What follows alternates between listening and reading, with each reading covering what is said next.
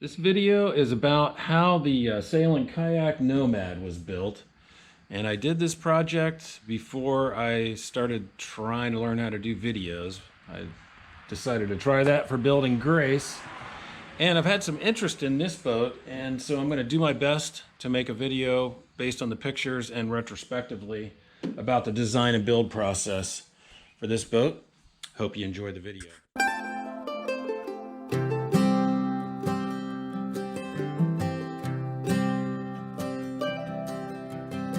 You've been taken by the wind.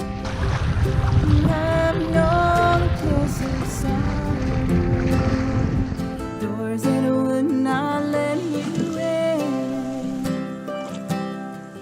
Outcast and a stranger. You have come by way of sorrow. You have come by way of joy. But you reach your destiny. Meant to find you all these years. Meant to find you all these years.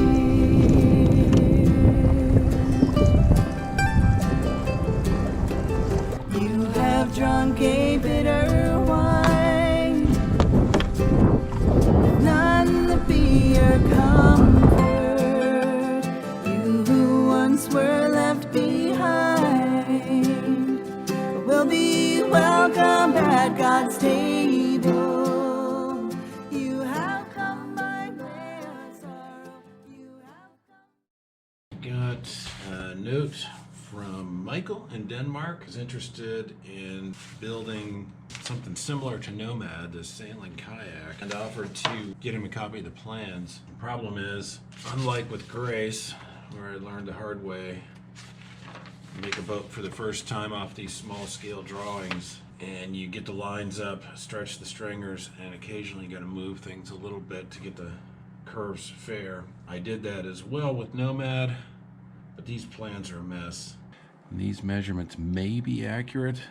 What I'm going to do is try to reproduce a fresh set of side view, top view drawings. I got down to the transom. And before I go any further, I'm going to get the boat down from its winter home and bring it in here and figure out how to double check these measurements. If I recall, the length was calculated to fit up into that space in the garage. So I think what I'm going to do is establish a new reference line 1 foot above the bow at the shear and 1 foot above the shear line on the transom, and then start double checking actual measurements of this thing. For an R1, R5, transom, bow, reconfirmed the chine intersection point a couple of ways and adjusted it slightly over what was on the plan here. Collected that back into the table of measurements here, and now I get to see empirically if these lines along the keelson, shear, and chine. The aft end of the boat looks pretty good. Go ahead and draw that out.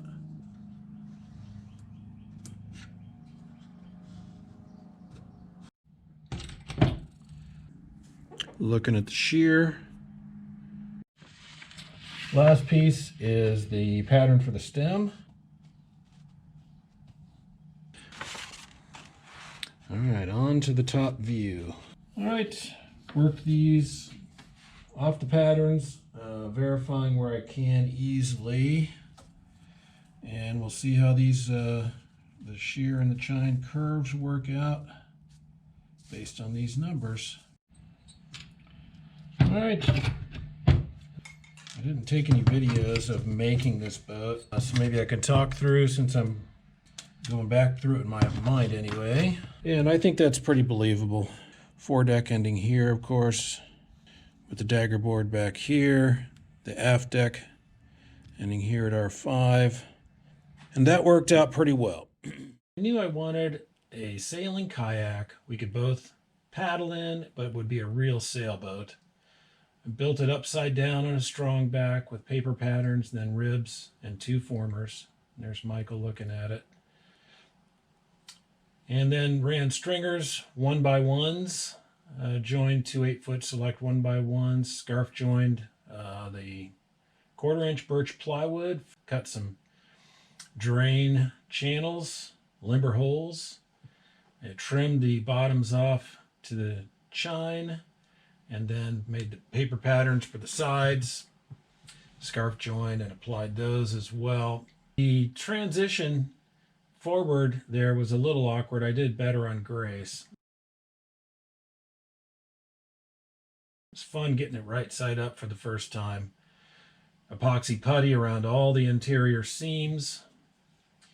And then my first exposure to fiberglass and epoxy. I used a squeegee.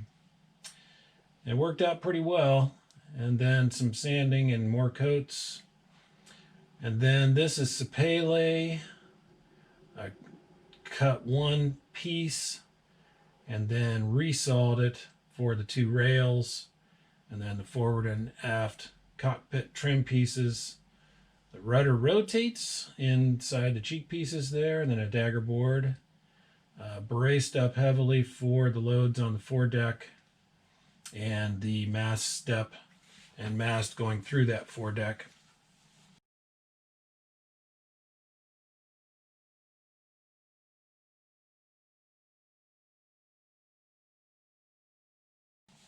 There's the fins finished, and a hard point up forward for fastening bow line. The deck's on with the same 1/4-inch plywood and epoxy on glass, and finally, of course, spar-urethane over this whole thing to protect it from UV. And there it is, ready to try out as a kayak. So a few things on the design that I found and how I made it. When you're backing it into the water on the wheels, this starts to float. If this was any smaller, you'd have some water coming into the boat before you could safely flip it over without touching bottom. So I wouldn't go much smaller than that. Stainless nuts and bolts holding these guys on, and I found the hard way that the axle was quickly wearing into the wood, so I just glued these pieces of copper. I think I flattened some plumbing pipe out there and glued them on, and they've held up. Flotation bag with just a simple stainless screw eye back in there, fasten into it. I've got 1 bag forward of R1, the vents for 2 other bags routed up past there. I ended up raising the height of the daggerboard trunk after I'd actually launched the boat and tried to unswamp it. It's hard to get that water line when it's full up high enough. So 3 flotation bags. The big stress points are the daggerboard. Got a lot of sideways force there. And the mast step. I think I've got pictures of the mast step. Put another solid piece up in here, and you can actually reach the bolts for this U-bolt.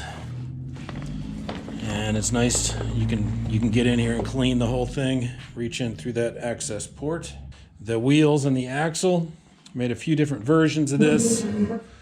What I've settled on is this. You got a PVC spacers, 1/2 inch stainless axle.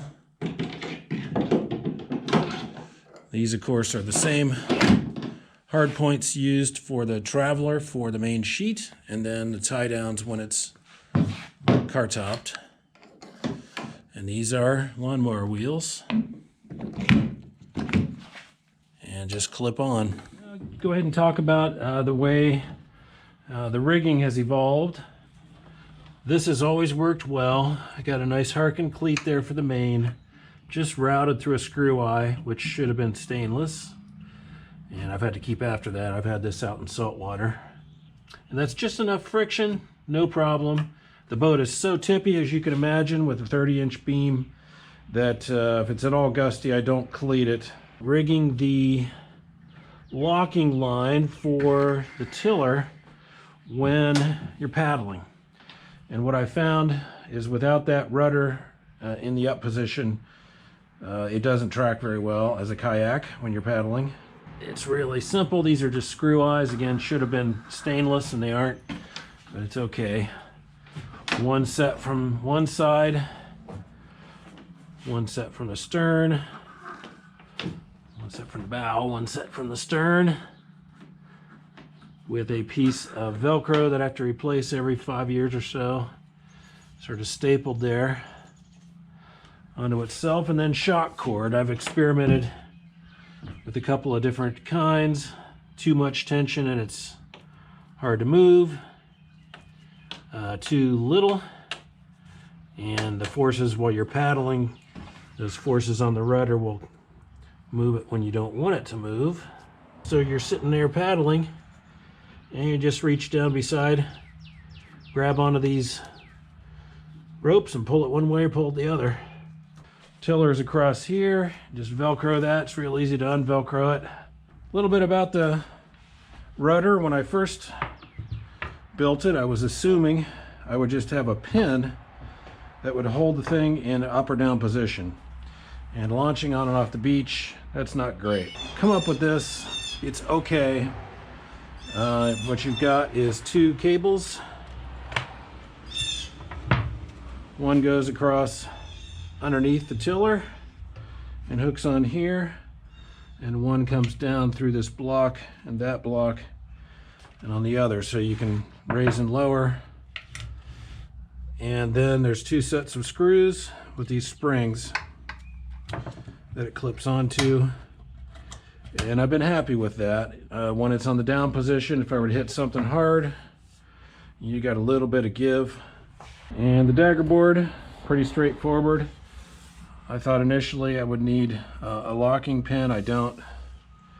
And what I found is this tends to float maybe that high off the top of the dagger board trunk, and so for normal conditions, all but full beat, that's fine. Letting it float up a little bit on a reach worked out really well. That when I wanted all the way down and wanted to stay down, this goes across the top of the center board and is easy to put on and off and let the board come up. So just roll it out into the grass and I can put the sail up. Talk about the different things I've tried for the rig, some of which worked, and I'm pretty happy with where it's at now.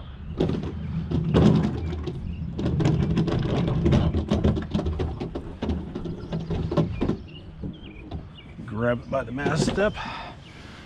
Going in and out of the water on a ramp or a beach, that's exactly what I do. There, I found the hard way that if those airbags are fully inflated, they can get in the way, and the mast, when it goes in, will pin them against the mast step. So I retrofitted a 1/4-inch plywood piece that basically sits around three sides, lightly fastened in, and even when those airbags are tightly inflated, it doesn't get in the way.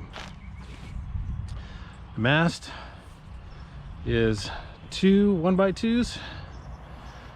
I used 8-foot pieces of select pine, scarfed them together as you can see, and then an additional size to make up for the size of the mast step and hole through the mast.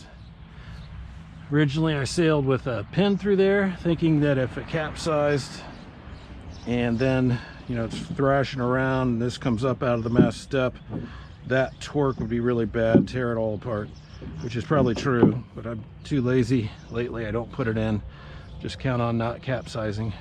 What I found to be true, and I listen to other people talking that have tried to build sails onto kayaks and boats like this, is if the sail is fixed onto the mast, when it's down, there's just nowhere to be in the boat. So you need a way to be able to remove the sail from the mast, pull it back, lay it across at an angle, and that works really well. down through here. At the other end, we've got a quote traveler. These are actually old thistle pintles and gudgeons, so way overbuilt. But one of the things I wanted was when the sheet is attached, it would actually be sufficiently tight across here to hold the rudder from coming up off the gudgeons, and also clip it in just in case the worst happens. So with the halyard, I'll leave it in the mast. That works pretty well. Go up through a block in the masthead and down to the head of the sail. Get that all tied on before launching. Sit down in the boat and start paddling. Paddles, by the way, this is an extra long, not a very elegant set of paddles, but it's longer than normal, and that helps because the sides are a little high for a typical kayak. So the longer, the lesser the angle. They stow nicely on top of the airbag back there. Easy to get them in and out. All right, so when you're ready to raise the sail, this PVC cut at about 40% cut out. These are almost 10 years old now, and they've never failed, knock on wood. Let's talk about the sail. You'll see it easier than I can describe it. So what I wanted in the sail was to get the center of effort as low as possible to minimize heeling moment. And so what I've ended up with is, it's not a gaff because the head of the sail's filled in, and I had to experiment a couple different ways to get before I'm happy with this thing. I guess you could call them sprits. I ordered the sail thinking I could put a batten in there. That did not work. There's a big old sag across here. So I'm an amateur sail designer, but one of the odd things about it is before you can raise or lower the sail, you've got to snap that in. So when bringing it down, it'll come this far, and by that time you're mostly depowered. Then tug this back off the mast and you can bring it the rest of the way down.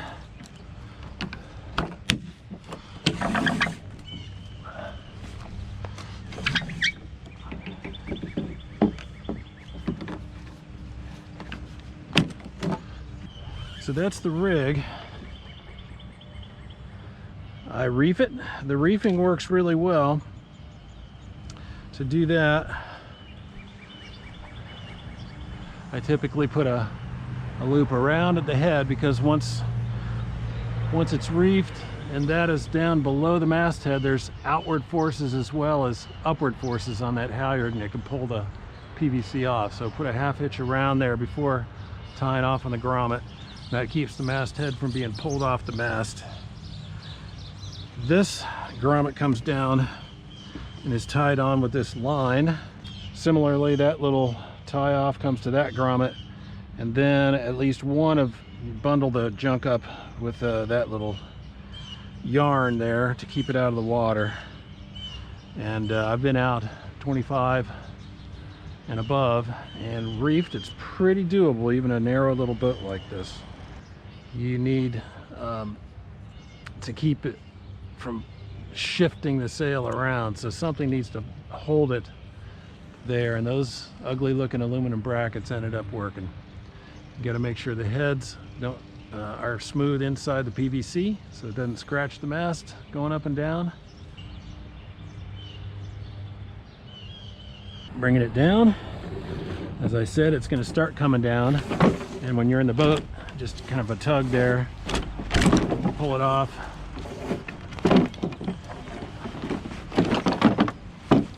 And you can bundle it up, lay it across the bow, and get it out of your way. I think the last thing I could try to explain on this boat is the removable coaming.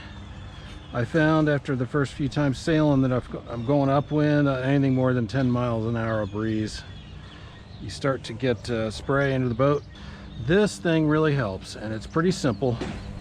You've got a brass stud, just a screw that I cut off on both sides. that fits into these holes, and this is angled so you get it on underneath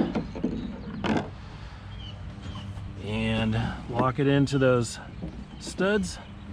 And I've been hit by pretty good sized waves coming up over the bow, but it takes a good percentage of the spray that would otherwise come in over the bow when you're going upwind and keeps it out of the boat. Typically lay it down in here, life jackets or other gear. First time I've rigged Nomad for a little while.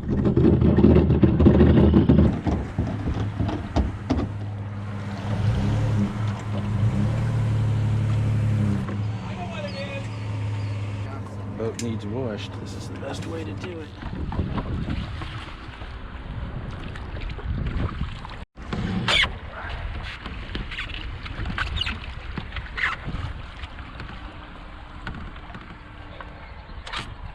Didn't bring the combing.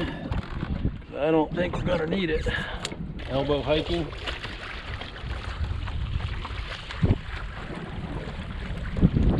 And what I found is it's like 3 positions under sail. Neutral is cross-legged, sitting facing forward. Typically the tiller extension is lee side. Second position is when it gets a little more heel, one elbow hiking, and body starts to turn sideways. This puff is what I think it is. I'll have to move to the third position, in which you take the tiller extension all the way to the windward side, and now both elbows, as much of my weight as I can get, is on the windward side for hiking. I've only once ever actually put my butt up on the rail, and it's just so tippy. I did it in a steady breeze, and I locked the tiller with Velcro, so I had both hands, and for about a half a second sat up on the high side, but that's not a really workable situation. This is the full-on, I don't know if you can see that, hiking position, and unless it's very calm or very steady, always got the sheet ready to pop because it's pretty tippy. Yeah, so there I'm needing both elbows on the weather rail. You can exert quite a bit of hiking force. I think this is 45 square feet. How to get the center of effort so there's just the right amount of balanced helm, just a little bit of weather helm. So the boom can't get much longer than that for efficiency. And that means that this part of the sheet there, when you start to tack, wants to droop itself under the tiller. So if you'll watch when I do this tack here, one of the things I have to do, the tiller goes over, slack comes out, make sure that doesn't loop under the tiller. But there's a really nice balanced helmet, just light weather helm, and I can sail with the hand sort of rooted on the rail there and make really very small movements, keeping it in trim. So design is about trade-offs, like life. Jibing, reaching, running, and almost a 45 degree to the wind beat. Really not a problem. Typical controlled jibe procedure.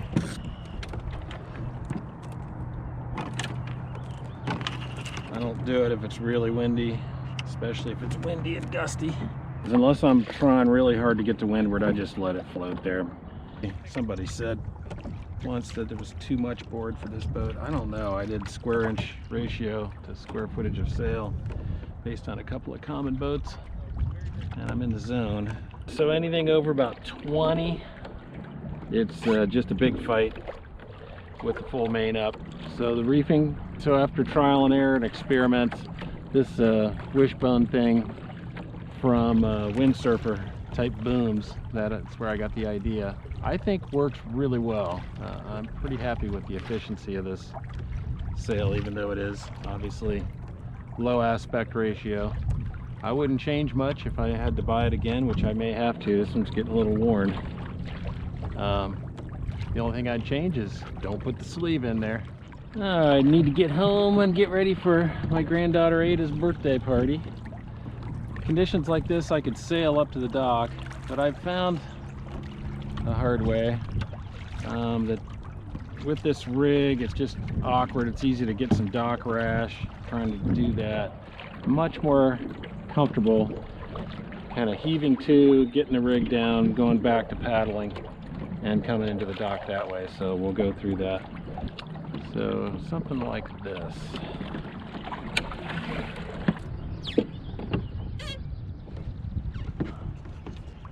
Lash the tiller. Start the halyard down.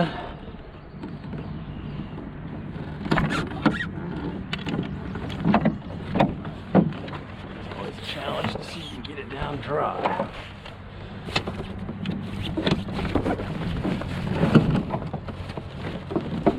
Pretty close to dry.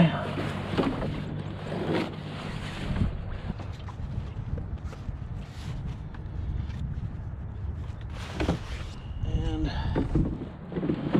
get the main sheet slack up.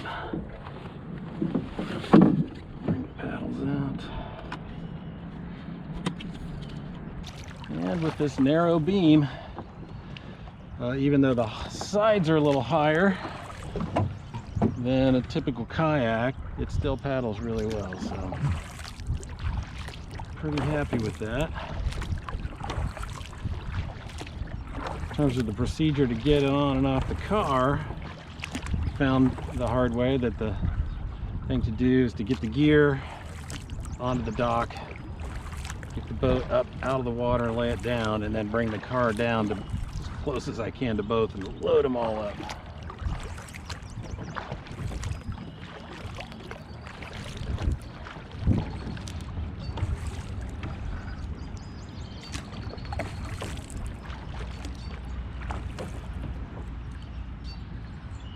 You know what?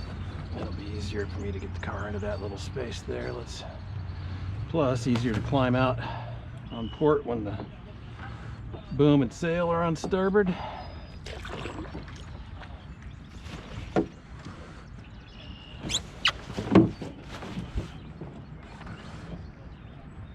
Can steer pretty well just pulling on these lines. And that's not too bad. You can't step anywhere but an inch or so off the center line, that's for sure. When we're paddling, this Velcro is always on, and that's enough to keep it pimples on the gudgeons. At least it has proven to be so far. That's the up position. Simple there.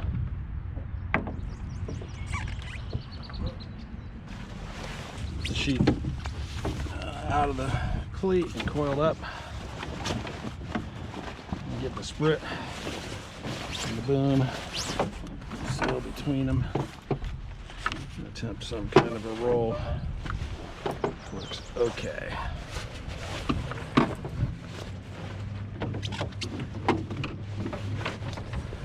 And the wheels stay in the boat because as I get the boat to shore, I need to be able to reach in and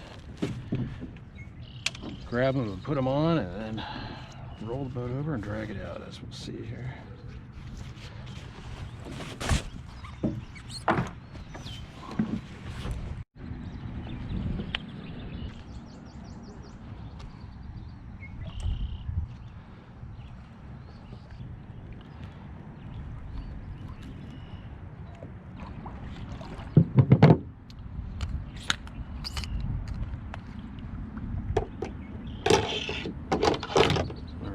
Way. You don't want to do this operation in deep water. You absolutely have to.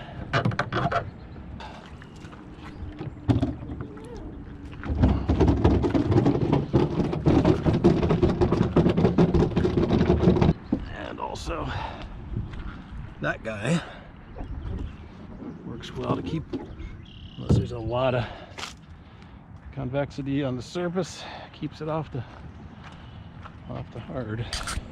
Yeah, so something like this.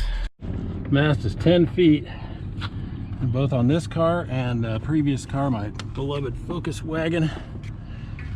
No one else is in the passenger seat. It can stay inside. Be careful not to exert inside force, as I've learned the hard way. Crack the windshield, they're weak from the inside. So I get that old cushion I found years ago floating, and I've used for rough duty ever since. On the corner.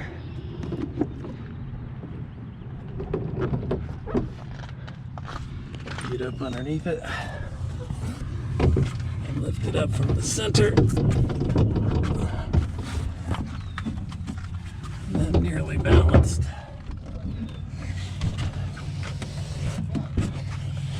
Mast step, cockpit forward over both the racks.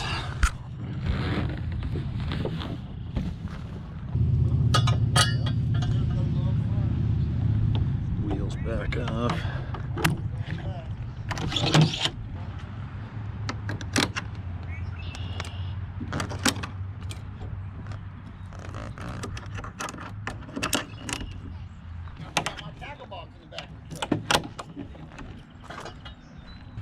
And that's the procedure. Not too bad. You've been taken by the wind.